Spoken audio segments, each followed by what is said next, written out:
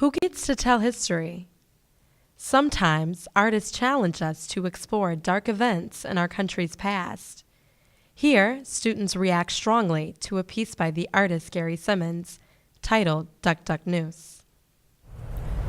When I saw this, I felt really ashamed to identify as a white American because I just think of all the terrible things that they did, and I just felt dirty, and I needed to just shed that piece of my identity. Seeing stuff like this and the branding of the slaves and stuff like that, I don't even want to identify as a white American, despite all the great things we've done. This made me feel so horrible about what my ancestors have done and stuff like that. It's just horrible.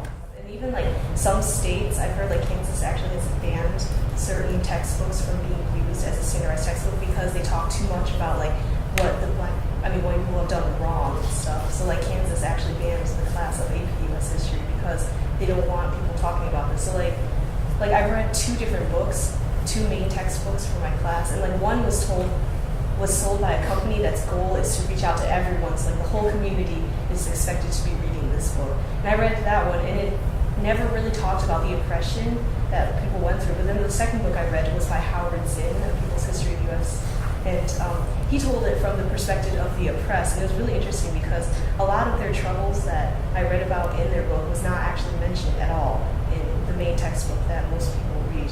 And it's really sad because we're just kind of avoiding it and pretending that we're a great nation. I understand what she's saying. It's totally true because I remember learning about this in school last year in my U.S. history class. And when we talked about it, some people had no idea what it was. It was their first time hearing about it. And I was just kind of it was just kind of crazy because I was like, how did you never hear about the Ku Klux Klan? It was a huge ordeal because I knew it because I'm African American, so I knew it was a really big impact in my history. So I thought it's kind of crazy to me that other individuals that are not African American did not know what the Ku Klux Klan was. I feel like it's American will always have this facade of home of the brave, land of the free kind of thing, and that's where the fine print comes in. If you're white, if you live to this social standard, if you have this kind of neighborhood around you, if you have these kind of friends, I think that people don't usually want to talk about it because it's just the blemish of America's history, and no one ever wants to be associated with killing innocent people just due to something simple like the color of their skin, the way they look. And a big portion of why we don't want to teach it is because no one wants to talk about it because it's so bad for us. But I feel like the more open we become about it, the more we can actually learn from our mistakes instead of going back towards this, because history can repeat itself, and we just don't. People don't want it to happen again.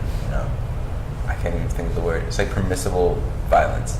You're allowed to see how in the back it's all formal, and then in the middle there's Ku Klux Klan members, the hats of them, with a noose, and it seems kind of statement on today how sometimes it may not be obvious, but the abuse, whether it be social, verbal, or physical, is still allowed in some way, shape, or form.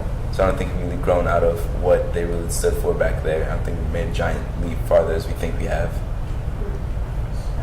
So I don't know if you guys heard about the incident that happened at Bloomfield Hills Middle School. And this little kid was, an African American boy, was called racial slurs by more than two Caucasian boys, and it kind of was degrading. Not even just for racism, but for humanity. Have we really gone back?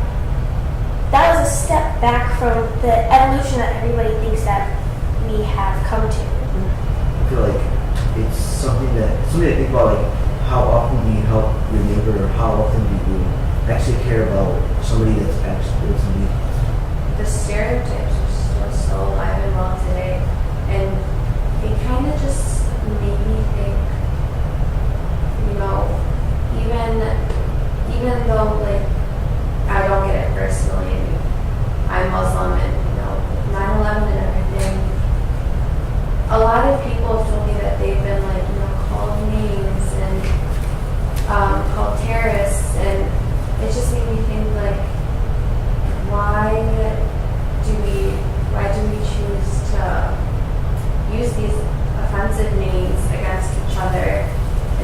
we try to keep fighting each other when the solution is so simple and easy. I feel like the divide between the two sides of liberalism, especially conservatism, like wanting to have these discussions, kind of like, where do we go from this? We did this horrible thing, what should we do with it? Should we ignore it? Should we accept it? Should we work from it to create like a better America?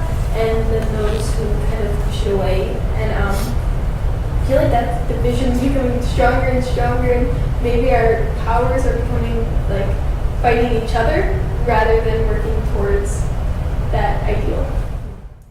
Where do we go from here?